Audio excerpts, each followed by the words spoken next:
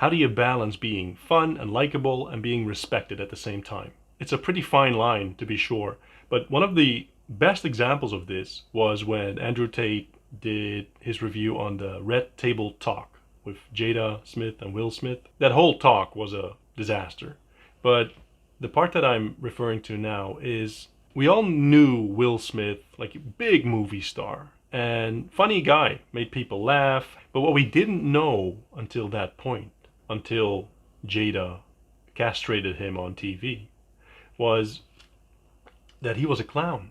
And there's a distinct difference between professional actor or professional comedian and a clown.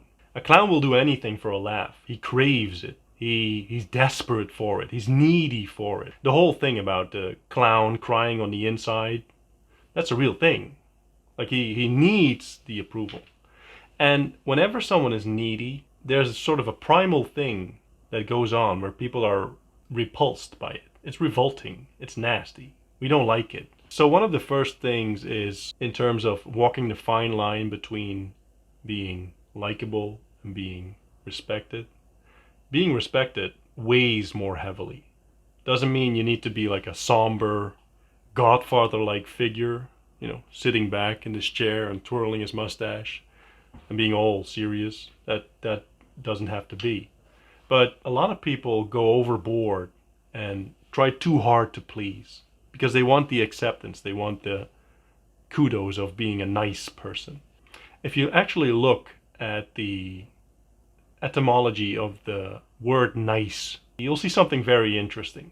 Being nice stems from being the town's fool, like the one that didn't have all the mental faculties available, let's say it like that. Being nice is sort of drilled into us from a young age. And what happens is that people sort of diminish themselves. They try to be harmless as possible.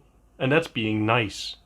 I would encourage you not to be nice. I would encourage you to be respectable, to be polite, to help out where necessary. But that's not being nice. That's just being a decent human being. Last thing I want to mention is people are generally repulsed by the neediness and the meek and the nice and the harmless. And they're attracted to the confident and the capable. And in a sense, the dangerous. It's probably a primal thing where these people were good to have in your tribe. They were good to have around when you were hunting. But it's a good thing to remember. Like, take self-deprecating humor, for example. If you have a tendency to tell everyone that you're an idiot or a moron or that you're weak or dumb, whatever, incompetent, doesn't matter. All the self-deprecating stuff. Cut that out of your vocabulary from now on. Don't do it. We've all made mistakes and we've all been stupid. We understand. You don't have to proclaim it to the world. Rather, focus on what you do well. Carry yourself like someone that is respectable. And you'll see that getting respect is pretty easy.